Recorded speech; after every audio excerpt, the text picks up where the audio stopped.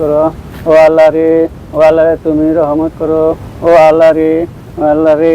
ও ভাই, ও ভাই কই যান ভাই? ও ভাই একটু, আরে আপনি এখানে বসে রয়েছেন আপনি? ভাই, ও ভাই কি হয়েছে আপনার? কি সমস্যা হয়েছে? কি সমস্যা হয়েছে? হ্যাঁ, অটো গাড়ির তেলে পরে ট্যাংটা ভাঙে গেছে। কবে ভাঙছে? এটা সমস্যা হয়েছে? এই যে দাঁড়ান।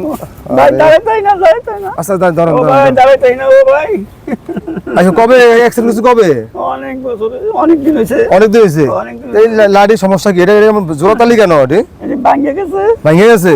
ভাঙে তো গেছে। দর্শক দেখতে পাচ্ছেন যে আমরা আসলে আমি পথে যাচ্ছিলাম, এই ভাইকে দেখলাম যে হায় রে আল্লাহ, আপনি তো সুস্থ ছিলেন ভাই? আগে সুস্থ ছিলাম, হ্যাঁ। এবার গাড়িতে অটো গাড়িতে ভোজা মাঝে মাঝে সব মানুষ শেষ হয়ে গেছে, কি আর কিছু রাখতে পারি না কিছু। আমি অসুস্থ ভাই, আমি কিছু এবং ব্যথার কারণে সব চোখ পর্যন্ত ব্যথা উঠে গেছে, কি আর মাথা ব্যথা, চোখ ব্যথা এবং মাথা ব্যথা সব ব্যথা টিকতে পারি না শৈল। দর্শক আসলে ভাইটি, আমি এই রাস্তা দিয়ে যাচ্ছিলাম, আপনি বাড়িতে যাওয়ান যাচ্ছে। দর্শক আমরা যে জায়গায় আছি বর্তমানে দাঁড়িয়ে আছি, দেখতে পাচ্ছেন যে ভাইয়ের নাম কি আপনার? আমার নাম আব্দুল রহিম। আব্দুর রহিম ভাই, প্রিয় ভাই আব্দুর রহিম ভাই আসলে 10 জন মানুষের মতো উনিও সুন্দরভাবে জীবনযাপন করছেন। আমি যতটুকু জানি ভাই বিএ পাস করছেন, ঠিক না? বিএ পাস করছেন, কিন্তু তার যে কর্ম দোষে বা নসিবের কারণে আজকে এই পথে বসে আছে। আসলে এই পথে ওনার থাকার কথা না। ধরেন হাতে নেন, এটা ধরে রাখেন। আসলে ভাই মানুষ আল্লাহ তাআলা কাকে কোন সময় কোন জায়গায় নিয়ে বসায় সেটা আল্লাহ তাআলাই ভালো জানেন। আপনি, আমি যদিও জানি আপনি আগে দোকানদারি করতেন। লস খেয়ে গেছে। প্রিয় দর্শক ভাইরা, আমরা এই পথ দিয়ে যাইতেছিলাম, এই ভাইটি এখানে বসে আছে, ওনার কান্না এবং ওনার যে আত্মনাদ আসলে আমার কাছে খুব কষ্ট হচ্ছে। এই জন্য আমি আপনার সাথে দুইটা কথা বলার জন্য আসছি।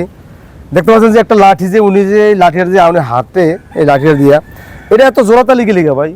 ভাই ভাঙে গেছে গা, ভাঙে গেছে গিয়া রড ঢুকাইছেন, এই যেগুলো অনেক ওজন, আল্লাহ সুবহানাল্লাহ, অনেক ওজন। দর্শক দর্শক যদি কোনো সুহৃদবান ব্যক্তি বা ভাই থাকেন, দয়া করে যদি এক সিট লাঠি দেন ওনাকে, আল্লাহ তাআলার কাছে অবশ্যই ভালো পাইবেন।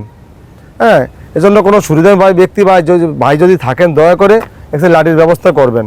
প্রবাসী ভাইয়েরা, দেশি ভাইয়েরা, ও বাবারা, আর তোমরা যদি একটু দয়া করো, আমি যে একটা লাঠি কিনতে, আপনারা যে একটা লাঠি দান করেন, আমি আল্লাহর কাছে দোয়া করব, আল্লাহর কাছে প্রার্থনা করব, আল্লাহ তুমি সুস্থ রাখো। আসলে প্রিয় ভাইয়েরা, আসলে আমি একটা কথা বলছি, সেটা হচ্ছে বলছে 10 মিলে করি কাজ, হারে দিতে না হিলাস।